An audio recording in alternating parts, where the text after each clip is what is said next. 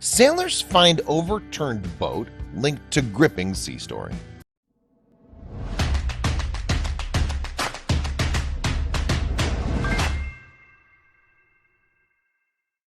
Few people are capable of exploring the open seas on their own, battling monstrous waves, violent weather, and possibly pirates. But 16-year-old Abby Sunderland was ready to do all that and more. In 2010, the teenager set sail for a record-breaking epic voyage around the world. She encountered both beauty and disaster, but she soon found that even the best-laid plans can be dashed to bits on the unforgiving ocean waves.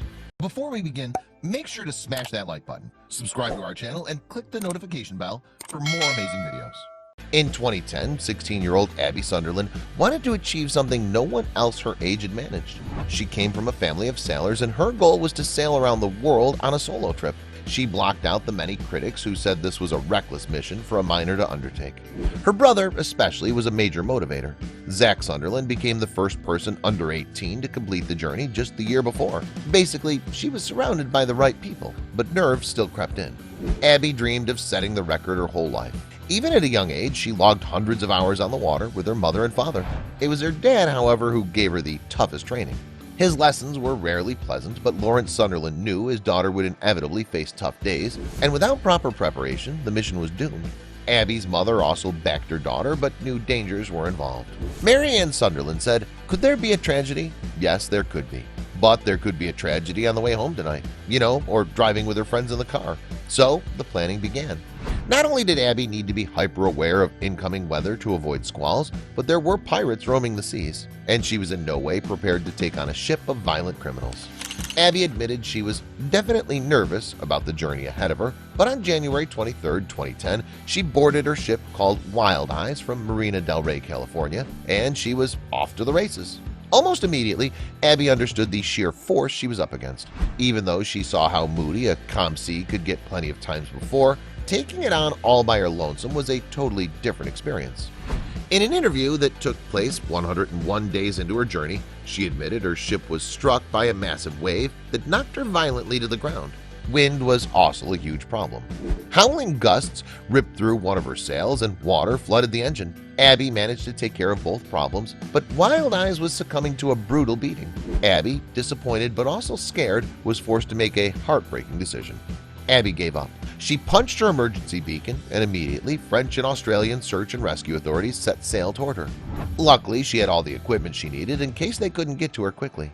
Her parents wrote to her followers, "Abby has a dry suit, survival suit, life raft, and ditch bag with emergency supplies. If she can hang on and keep warm, help will be there as soon as possible."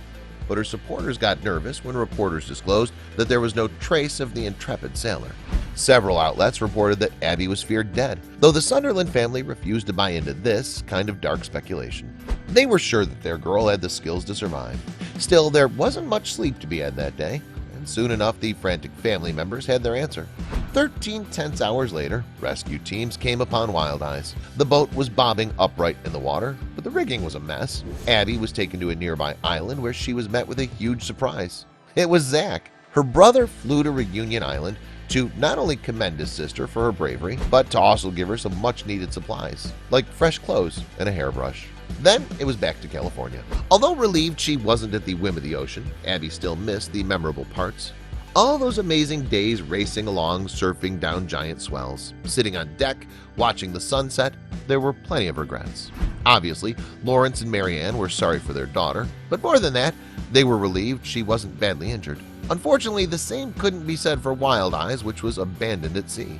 The ship was so battered that it was left floating in the ocean, alone and unmanned. It was a decision rescuers were forced to make, but Abby still missed the vessel. She assumed it would end up in pieces somewhere.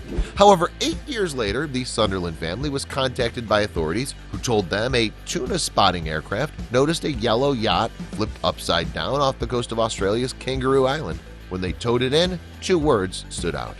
Wild Eyes was written on the side. It was Abby's ship. An oceanographer named David Griffin actually theorized the ship circumnavigated the globe during those years. So Abby herself may not have traveled the world, but Wild Eyes could have.